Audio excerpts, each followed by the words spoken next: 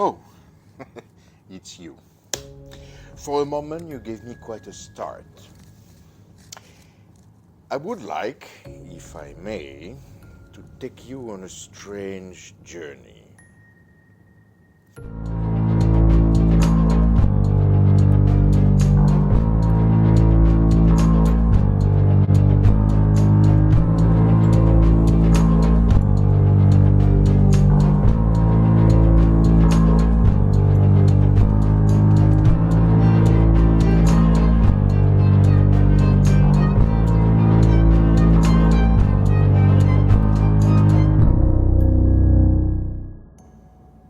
Welcome, my dear viewers, to Museum Mysteries, the show where we explore the thrilling world of art crimes and oddities and delve into the depth of their fascinating stories. I am the curator of this little crazy museum of mysteries, your host. Today we embark on a journey through one of the most infamous heists in art history, the Isabella Stewart Gardner Museum heist. Now, let's set the stage for our investigation.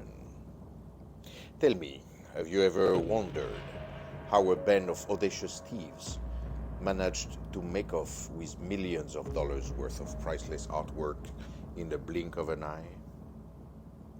Well, this chilling tale begins on the night of March 18, 1990, in the enchanting city of Boston, Massachusetts. A moonlit night, shrouded in an eerie silence, only disturbed by a far-away music from the bar at the corner of the street. It is St. Patrick's Day, you see, and some late partygoers see two policemen sitting in a car, waiting on Palace Road, about 100 feet from the side entrance of the Gardner Museum, an architectural masterpiece nestled within the Fenway-Kenmore neighborhood. It is 12:30 and nothing is unusual, except that, unbeknownst to the happy crowd, these men are not real policemen. Inside the museum, the two night guards are taking turns, one at the control panel and one doing his rounds in the galleries. They have to deal with a small malfunction of the smoke detector, but once again nothing seems out of the ordinary.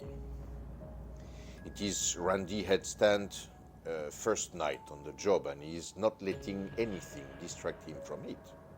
Even when his colleague, Rick Abath, accidentally started the alarm after opening and closing the side door of the museum to check if everything is okay.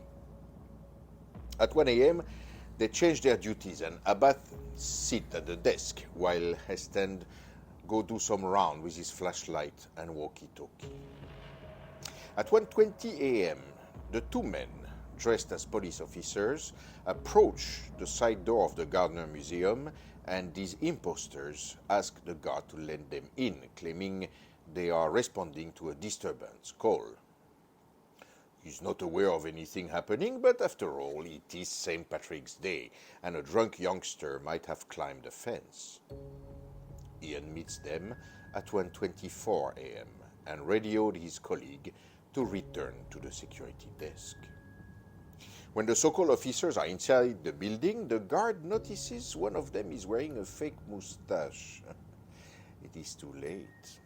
The policemen declare that Abath looks familiar and that they may have a warrant for his arrest.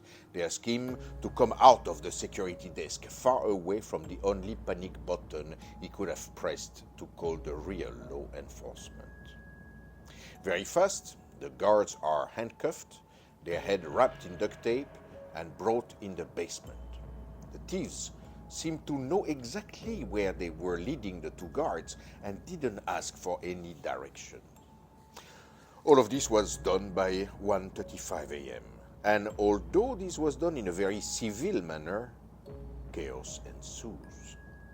The thieves then waited patiently, almost 15 minutes, to be sure the real police was not alerted, and were now able to roam freely, methodically selecting their targets and snatching masterpieces from their hallowed frames. Their precise path was recorded by the museum's infrared cameras. They dropped frames to smash the glass and with the help of a shaving blade cut around the canvas to steal the work of art. The heist only take 81 minutes all in all, but in the end they escape with a trove of art right after stealing the camera's videotape. But they forgot they were recorded on a hard drive. The next morning, when the day team takes its post and about to open the museum to the public, they are left in a state of shock and disbelief.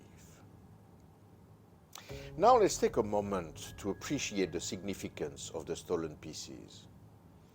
The stolen works include paintings by some of the greatest artists the world has ever known. Among the purloined treasures are Johannes Vermeer's The Concert, Rembrandt's A Lady and Gentleman in Black, as well as his only known seascape, The Storm on the Sea of Galilee, and even Chez Tortoni by Edouard Manet. In total, 13 precious artworks vanished that fateful night, leaving a void in the cultural landscape and a hole the size of $500 million in the museum's pocket. The fallout from this audacious crime prompted an intense investigation by law enforcement agencies. The FBI took the lead in unraveling the mystery behind the Gardner Museum heist. However, despite their best effort, the case remained unsolved to this day. The authorities pursued numerous leads over the years, exploring every nook and cranny of the criminal underworld. They interviewed countless individuals, both connected to the art world and those with potential ties to organized crime. Can it be an unscrupulous art collector? Or one of the members of the local mafia? They even suspected Rig Abath, the night guard. Why did he check the side door? Who was this man he let inside for a bit of a chit-chat before the crazy events of the night? Suspicious character emerged, tantalizing the investigators with their enigmatic backgrounds. However, as the investigation unfolded, the leads proved elusive and failed to provide the breakthrough needed to crack the case.